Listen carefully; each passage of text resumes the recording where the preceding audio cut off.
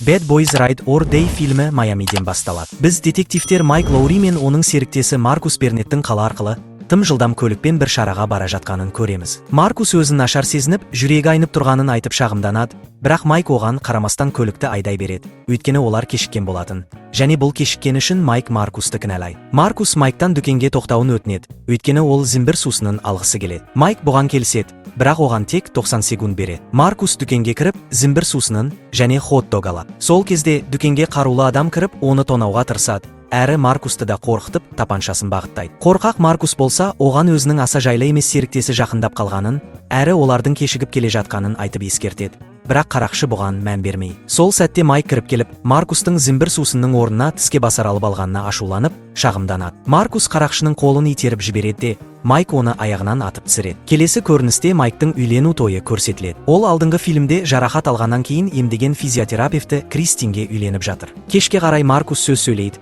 ал Майк әдеттегідей қалжыңмен күлдіреді. Сөзін аяқтаған соң Маркус билеуге шығады. Бірақ дәл сол сәтте кеуде тұсында қатты ауырсынуды сезініп, жүрек талмасына ұшырайды және есінен танып қалады. Келесі сахнада Маркус өзінің Майкпен бірге өткізген естеліктерін көз алдына елестетеді. Осы сәтте ол өмір мен өлім арасындағы шекарада тұрған сияқты. Бірақ бақытына орай, ол жағажайда бір ағаштың жанында қымбатты досы Гвардты көреді. Гвард оны құшақтап, әлі өлетін уақыты келмегенін айтады. Бірнеше аптадан кейін Маркус есін жинап, ауруханадан шығуға әрекеттенеді. Майк мұны байқап, соңынан ереді. Маркусты ғимараттың төбесінен тауып алады. Маркус оған өмір бойы қорқынышпен өмір сүргенін, бірақ бұл жағдайдан кейін өзін еркін сезінетінін айтып, енді ештеңеден қорықпайтынын жеткізеді. Ол енді өлуге лайық емес екенін сезеді. Екеуі бір-бірін құшақтайды. Келесі көріністе Майамидегі бір жерге тікұшақ қонады. Біз бұрынғы DEA офицері Джеймс Макградпен танысамыз. Ол картель банк қызметкерімен кездесіп, Гвардтың атына бір есепшотқа белгілі бір қаржыны аударуды талап етеді. Ісінің байыптылығын көрсету үшін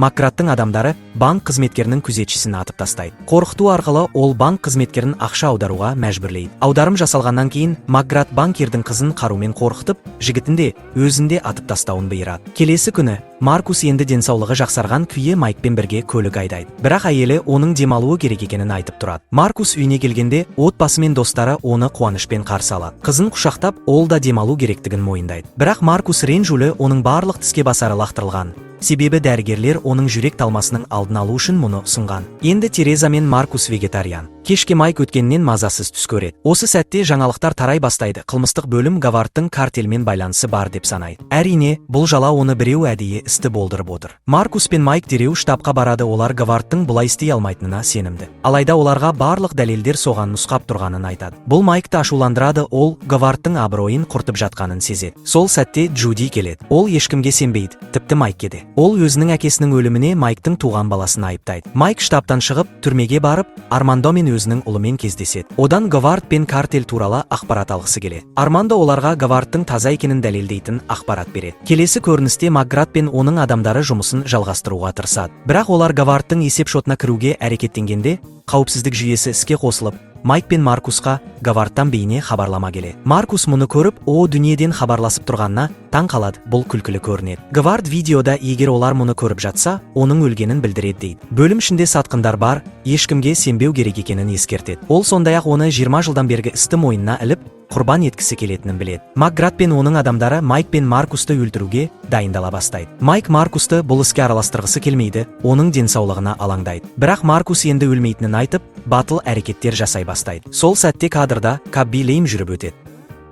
Майк пен Маркус Флетчердің клубына барып, Гвард туралы сөйлескісі келеді. Флетчер олардың келетінін біліп отырған. Бірақ ол ештеңе айтып үлгерместен бұрын Макград келіп, оның басынан атады. Маркус сол кезде тапаншасын Макградқа бағыттап тұрған болатын. Макград кетіп қалады, ал оның адамдары Майк пен Маркусты қуалайды. Атыс кезінде Майк жолдың ортасында үрей шабуылына ұшырайды. Бірақ дәл осы сәтте Маркус келіп, оны келе жатқан көліктен құтқарады. Қылмыскерлер қашып үлгереді. Бірақ Рита мен оның адамдары келеді. Майк Маркусты Ритаға Гвардтың хабары туралы айтпауға көндіреді, тек оны жала жапқанын ғана айтады. Олар Флетчер көрсеткісі келген видеоны тауып алады. Онда ол картель ісін зерттегенін, ал Майк пен Маркусты бұл істен шеттеткенін айтады. Өйткені бұл істе Рис пен Санчес деген екі детектив жұмыс істеп, олар өлтірілген. Гвард сонымен қатар бөлімде жоғары лауазымды сатқындар бар екенін ескертеді. Түрмеде Армандо Макградтың адамдарының шабуылына ұшырайтынын байқап дайындалады. Сол сәтте атыс басталып, Армандо қарсыластарын біртіндеп жойып отырады. Кейін полиция келіп, оны ұстап алады. Майк бұл туралы хабарлап, Армандоны Майамидегі қауіпсіз себепсіз түрмеге ауыстыруды сұрайды. Олар келісіп, оны тікұшақпен Маркус пен Майктың бақылауымен көшіреді. Өкінішке қарай, Маркус тікұшақтың бұзақылар тарапынан басып алынғанын және ұшқышты Майк пен Маркусты шабуылдаушы етіп көрсету үшін жалған дабыл жіберуге мәжбүрлегенін түсініп қояды. Кейін Макград ұшқышты өлтіреді. Ұзақ және шиеленісті шайқастан кейін Макград бірнеше адамымен бірге қашып кетіп, тікұшақты құлатуға мәжбүрлейді. Майк пен Маркус қалған дұшпандармен шайқаса отырып, Армандоны ашық тұрған люктен құлап кетуден құтқарады. Олар оны босатып, Армандо оларға апатты қону жасауда көмектеседі. Олар көлге қонады. Майк пен Маркус Армандоның соңынан еріп кетеді. Осы уақытта билік апат орнын тексереді және Майк пен Маркусты айыптайтын дабыл хабарын қабылдайды. Рита да бұл хабарды естіп, Майк пен Маркус мұндай қылмыс жасай алмайтынына сенеді. Соған қарамастан Майк, Маркус және Армандо енді қашып жүрген қылмыскерлер деп жарияланады. Макград Майк пен Маркустың бастарына Майамидегі барлық гангстерлерге $5 миллион сыйақы тағайындайды. Майк пен Маркус Армандомен бірге жасырынып жүр. Маркус бұл сәтті Майктың ұлымен жақындасу үшін жақсы мүмкіндік деп санайды. Бірақ екеуі де бір-біріне жақындайын деп тұрған жоқ, тек аттарын тазартуды қалайды. Келесі күні олар бір жерге барып, киімдерін және көлікті ауыстырады. Алайда Майамиге қайтып бара жатқанда көліктері бұзылып қалады. Майк Табита есімді танысына барып, қару-жарақ, киім және көлік сұрайды. Табита көмек көрсеткені үшін Майктан түнді бірге өткізуді талап етеді. Бірақ ол сатқын болып шығып, басқа гангстерлерге оларды ұстап беру үшін уақытты созып жүрген екен. Сол кезде полицияда жаман жігіттер орналасқан жер туралы мәлімет алады. Ғимараттан шыққан кезде қарсыластар оқ жаудыра бастайды. Олардың қатарында Майк оның қолын ет балғасымен сындырған Менни де бар. Алайда Майк пен Маркус пен Армандо бірге қашып кетіп, көлікпен Менниді езіп кетеді. Кейін оны Молотов коктейлі жарып жібереді. Олар ақыры аман қашып құтылады. Келесі күні олар Дорнға барады. Ол Келлимен құпия қарым-қатынаста болғанын біледі. Олар Армандоның Майк пен Маркуспен бірге жүргеніне наразы.